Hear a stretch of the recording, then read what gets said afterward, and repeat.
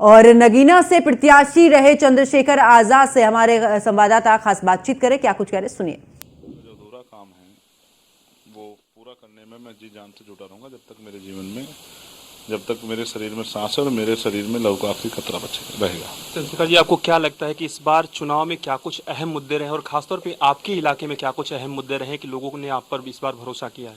देखिए, मैं स्पष्ट करूंगा, राष्ट्रीय राजनीति की बात है तो पूरा विपक्ष इस बार माननीय काशीराम साहब की छाया में खड़ा था, डॉक्टर अम्बेडकर की छाया में खड़ा था।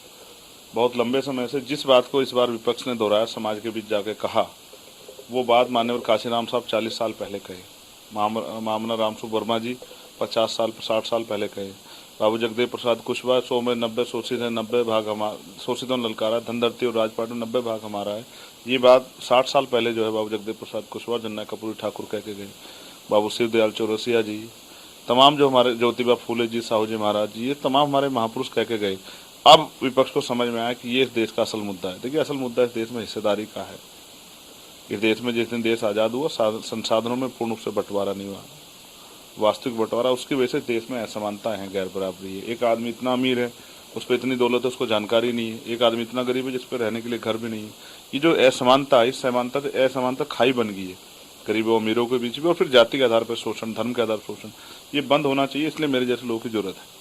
चंद्रशेखर जी, एक दौर में देखा कि तमाम जो दलित समाज है वो मायावती जी पर भरोसा करता था, लेकिन जैसे जैसे समय बदला, परिवेश बदला, आप भी राष्ट्रीय राजनीति में सक्रिय हुए, उसके बाद एक जो बड़ा वर्ग है, या यूँ कहें कि उत्तर प्रदेश में तमाम दलित समाज जो है वो आप पर भरोसा करने लगा। उसकी मानगी भी देखने को मिल रही है, ना सिर्फ नगीना की बात करें बल्कि उत्तर प्रदेश के कई जिलों में अगर हम बात करें तो आपको लगता है कि अब मायावती जी के विकल्प के तौर पर आपका चेहरा आगे आया है दलित समाज के लिए, उत्थान के लिए?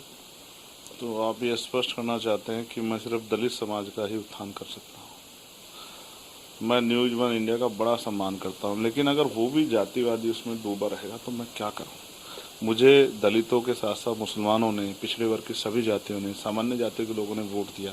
क्यों जबरदस्ती आप दलित नेता का टोपा मेरे सर उड़ा? अक्सर चुनाव में दलित समाज का जिक्र होता है, आप भी कई बार समाज का जिक्र होता है, प्राइम मिनिस्टर भी कहते हैं, आप उनको तो कभी नहीं कहते? उनको भी कह रहा हूँ, सभी पार्टियां करती हैं, राहुल गांधी की बात करें, अखिलेश यादव की बात करें, सभी लोग करते हैं। और एक जरूरत है, दलित समाज को किस तरीके से ऊपर लाना है तो दलित समाज का जिक्र करना होगा। नहीं, दलित समाज का जिक्र होना जरूरी है, उनके मुद्दों का भी, लेकिन व्यक्ति को अगर जाति के आधार पर आप नेता बनाना चाहते हैं तो फिर आप, मुझे अच्छा लगेगा कि न्यूज़ वन इंडिया के लोग जब अपने स्पीच करें तो प्रधानमंत्री को उनकी जाति के हिसाब से बोलें, गृह मंत्री को उनकी जाति के हिसाब से बोले, और जो कांग्रेस के बड़े नेता उनको उनकी जाति के हिसाब से बोले। माफ़ करो भाई, कब तक जो है ये कर करके हमें पीछे धकेलते रहोगे? अब तो माफ़ करो, अब तो अपना चरित्र बदलो।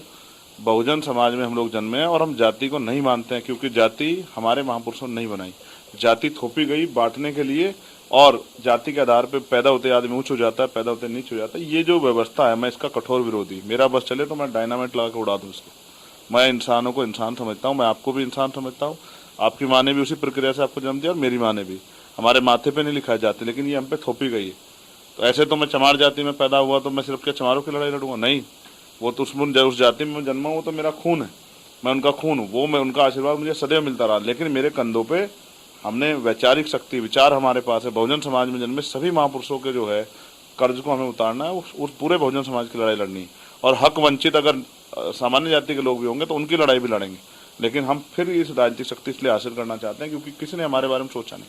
आज भी हमारे कर्मचारियों का उत्पीड़न होता है, आज भी जो है इंस्टीट्यूशन में, स्कूल कॉलेज में जाति के आधार पर शोषण होता है। हमारे पढ़े लिखे और वो मजबूत बच्चे जो कल देश का भविष्य हो सकते हैं, वो सुसाइड कर लेते हैं।